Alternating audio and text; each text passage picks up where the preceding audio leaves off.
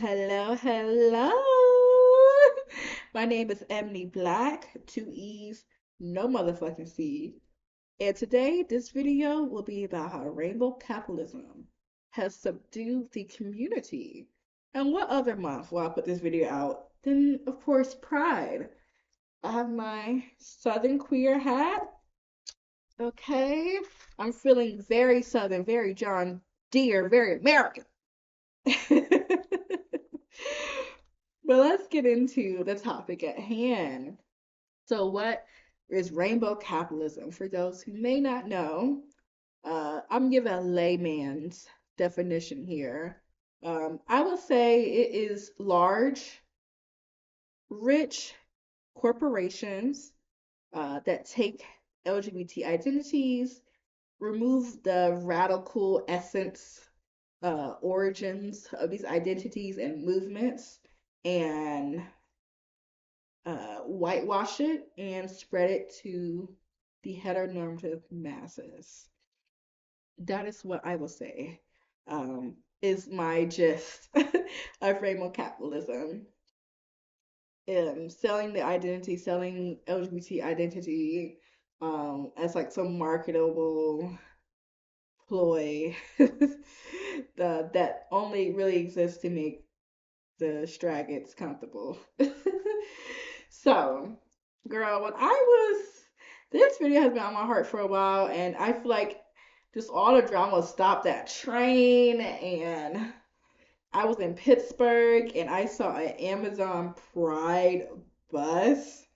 I was like, oh, something is amiss. We are losing recipes here, and we got we this is a call in. This is a call in. And I think the time is nigh. We're seeing, you know, I would say the is it return of fascism, or is it like the turning up of fascism really and happening in our political environments? And I feel like it's important to sort of call in other queer people about bringing back the radicalness that was of queer identity, of the LGBT identity, um, and how rainbow capitalism has really subdued our community, both politically, artistically. It's a lot. It's a lot. And part of why theorize is the assimilation of white gay men into heteronormative society. We have many prominent white gay men who are extremely conservative, far right wing, and I would say this to me, and them also having a lot of the purse strings of marketing, film, television media as a whole has played a significant role, white gay men being the most privileged of all the queers. Many white queer men who were more radical at the Harvey Milks, lost their lives, and who took their place were the ones who wanted to assimilate.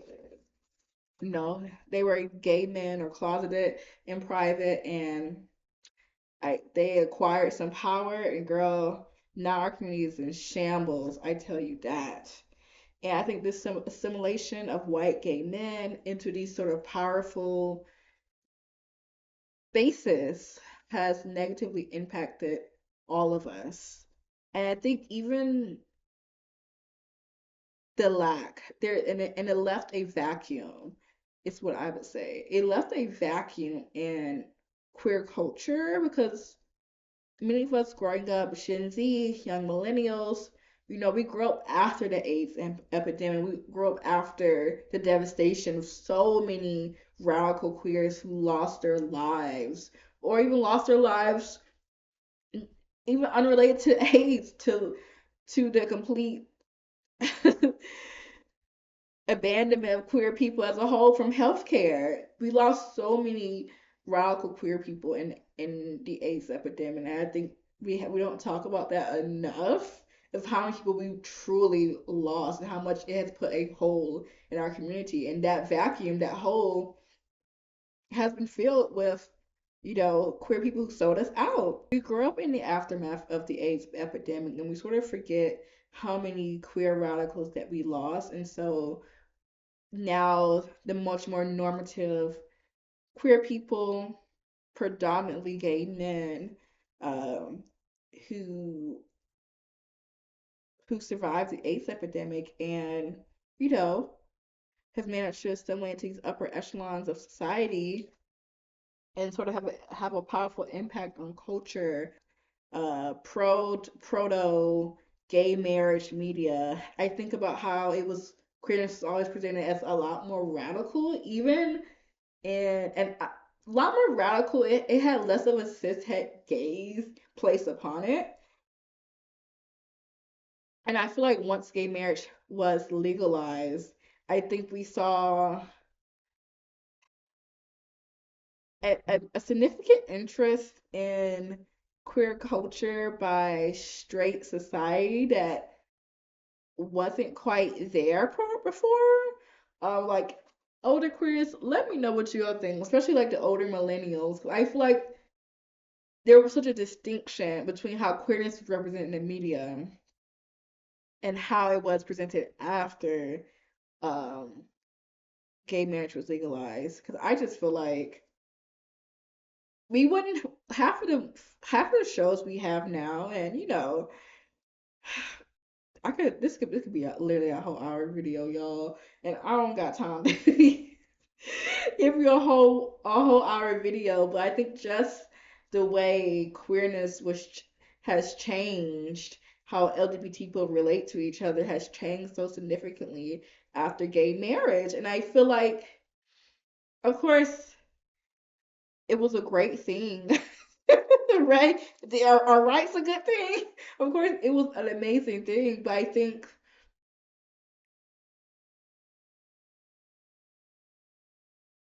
think that we made a mistake as a community by trying to make queerness equal to straightness, and not equal as in obviously legislation and rights, but this idea that many queer people are radical and weird, and they have identities that are contradictory. And I think so much of what the issues come from of now of online discourses is that many of the weird queer people are not in the mainstream. It's literally a bunch of cis, gay men overwhelmingly, and maybe like a couple cis lesbians, who are white. And our whole idea of what queerness was, or the contradictory labels, the fluidity, the radicalness of it all, the idea that queerness is deeply rooted in decolonization. Like those get left behind because we have these corporate sellouts who are representatives of our community. And girl, and just getting into like stuff like Stop That Train and even drag race as a whole, and I think about drag, and I think about the world of wonder and the whole shebang of that, and there's really no reason why we don't have a full array of queer people on that show. And the fact that show is also so apolitical now, and like, or I won't say quite apolitical, but it's just extremely safe in its politics because queerness was never like drag was always partially political. It was an art form. It is a respected art form, but many of it was an exaggeration of gender. It was like disrupting this gender binary and like using comedy and camp and entertainment to sort of disrupt this gender binary and exaggerations of gender and like what a man should or should be doing, or a woman, or whoever. And the fact that on Drag Race we only have like predominantly cis gay men and no non-binary people, very few film people on there, AFAB, and the fact that we just only just recently got like a handful of trans women on there, it's just so ridiculous. Like drag is something everybody of every gender and everything in between. Like that's historically what it's rooted in. it's always been an all-inclusive art form for us as queer people to partake in. The fact that you don't even see that reflected on Drag Race, the fact that it's sort of drag has been reduced to like looks and like humor, I think that's all sort of ways to make straight people feel comfortable with queerness.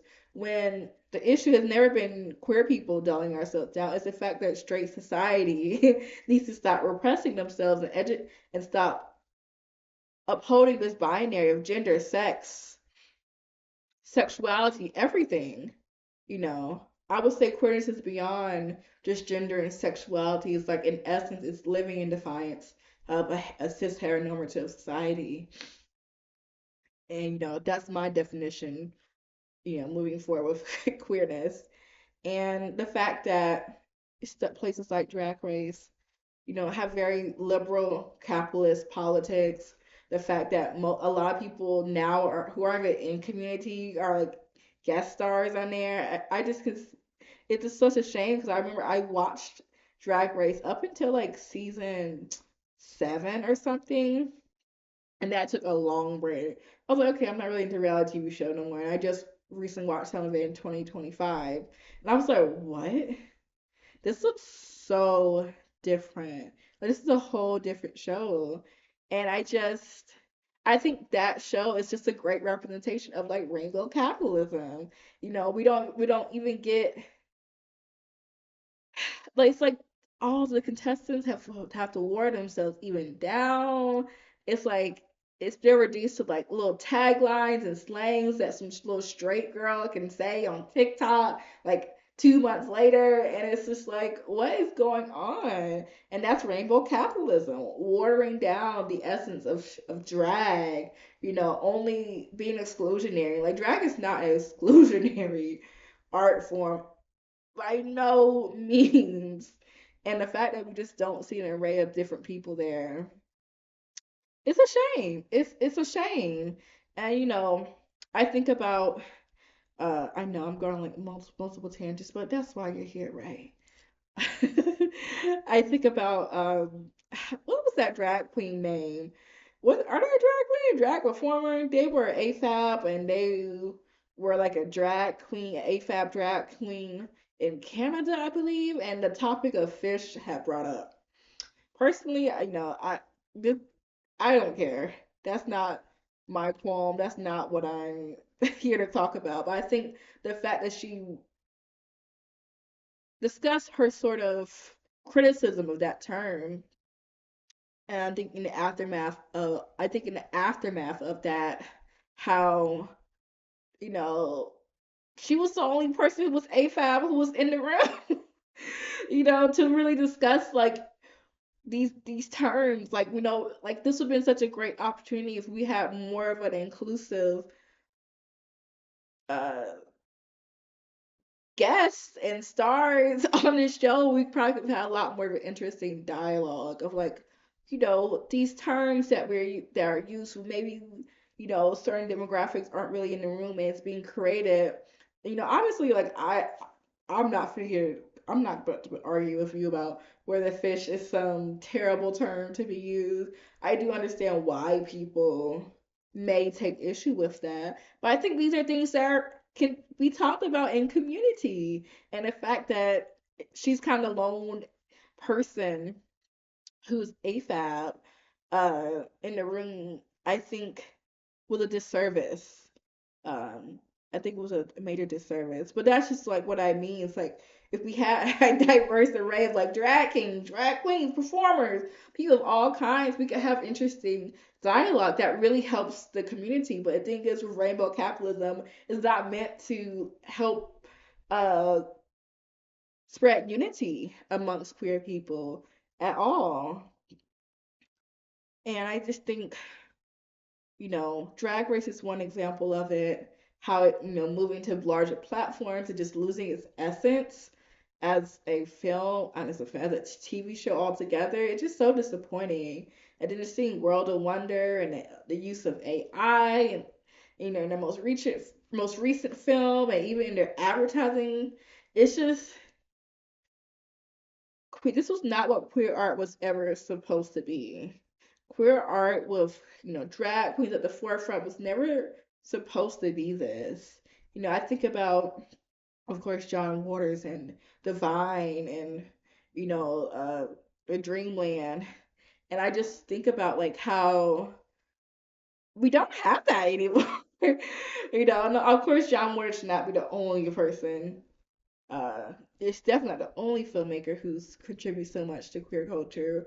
But the fact that we don't even have a modern example really to pull from says a lot. And the fact that so many depictions of queerness now is like either in a token straight friend group. Listen, it doesn't exist.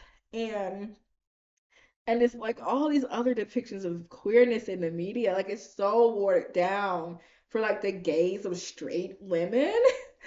And it's so weird and odd to see because they get so popular and it's everywhere. And I just like, when shit's too popular, I just ignore it, honestly.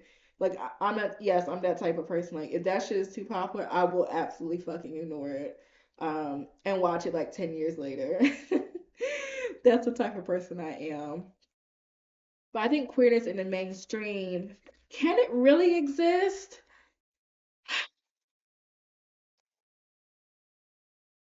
When we think about the mainstream and how what the mainstream is, like we're thinking about something that's mass consumed, something that has to reach middle America pretty much. And I think about queerness in the way of like,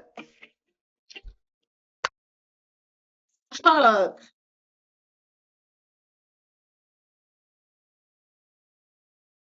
So this video has been chopped up in multiple ways.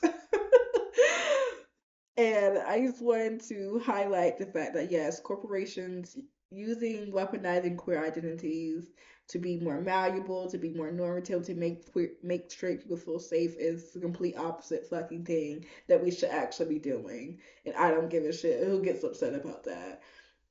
Quitters is here to disrupt, is here to agitate cis heteronormative society. It's not here for the comfort and fetishization of straight people at all. It is not here for the comfort of straight cisgendered people. That's not how queerness needs to be presented in media. I'm sick of it. I'm sick of it. I'm so sick of it. Everything does not have to be necessarily a John Waters type of movie, but if your media of queerness is always safe, safe for straight society, and like I'm sorry, we can't have that. Fascism is here. This administration, has been attacking trans people. And where are these gay men? Where are these gay men who we give millions of dollars to? Where are they at sounding the alarm? Where are they at putting some money on like helping support trans activists, helping to help the community, help trans women, help trans women get the access to make trans people as a whole? Where are these prominent millionaire gay men at in this crisis that we're in right now? And this is the result of rainbow capitalism. We can't get caught up in individuals and parasocial relationships that we have with celebrities who don't give a fuck about us.